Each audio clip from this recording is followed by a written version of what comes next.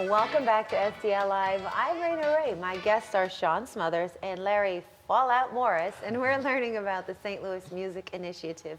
You know, when we went to break, we were talking about the work that needs to be done. Can you speak a little bit to that work? Yeah, I mean, really, that's what the St. Louis Music Initiative is all about. So we started to look through the city and really look at the music scene, and we've had some symptoms over the last, say 2 years or so that we've noticed that were a little troubling. On one side, we saw artists like Larry and other folks that were just knocking it out of the park on an artistic level. We've seen artists like Tonina get signed to a label. We've seen, at one point I saw more than a dozen friends touring internationally in January and February, and I was like, well, things look pretty good. But then when you take a step back and you look at things like Lou Fest going away, the Beale on Broadway closing, a number of different infrastructure pieces that aren't necessarily talking to one another in St. Louis, we really looked at that as an opportunity to kind of step in and see how can we get that conversation going again, and how can we unite those different pieces.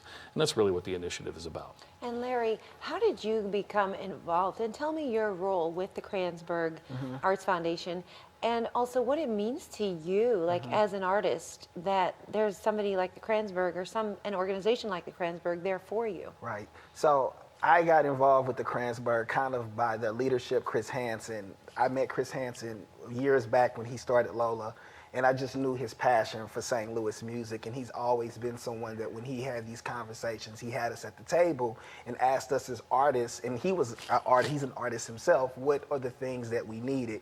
So that kind of worked out. In some capacity, since the age of 13, I've been out on the music scene, and I've been very dedicated to bringing it home. So with that being the case, anytime we have a success, as Sean just said, we try to figure out ways to create platforms here so other artists can feel like they can do it here in St. Louis, because St. Louis is truly the intersection for America's music. You can't have conversations about the greater picture of American music without making reference to St. Louis and rock, blues, even hip hop, and so on and so forth, jazz, And so one of the things we're trying to do, and the Kranzberg has been awesome at doing this, is having conversations with local artists on the things that we need so we can build capacity, so we can have artists that decide as they grow that they can stay here in St. Louis and continue to build the infrastructure he spoke of. Wow. And after you have these conversations with the artists, Larry, Sean, what happens? Well, a lot of times we listen and then they tell us what they need. And that's really how we start to kind of deliver on that piece.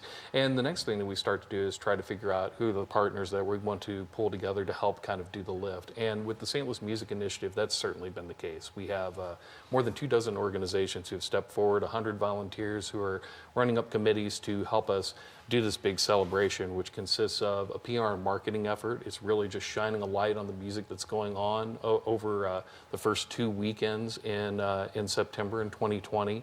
And then we're going to celebrate that second weekend by bringing it home to a 3-day music event with 60 national, regional, and local artists on 9 different stages throughout the Grand Center Arts District. Wow. About 75% of that will be local artists, and the national, regional artists that we're looking at are St. Louis connected artists. So we're going to have a lot of fun celebrating all genres. It's really an opportunity for you to create your own musical experience. So if somebody is looking to become a part of this event that's coming up, what do they need to do? Absolutely.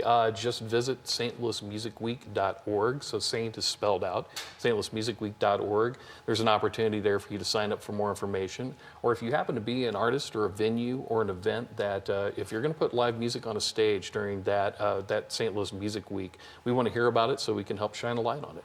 Wow, pretty fantastic. Gentlemen, thank you so much for being here today. It's you. always such a treat for me and such an honor for me to talk to people who are making a difference like the Kranzberg, like you are at the Kranzberg Arts Foundation. So thank you for what you're doing.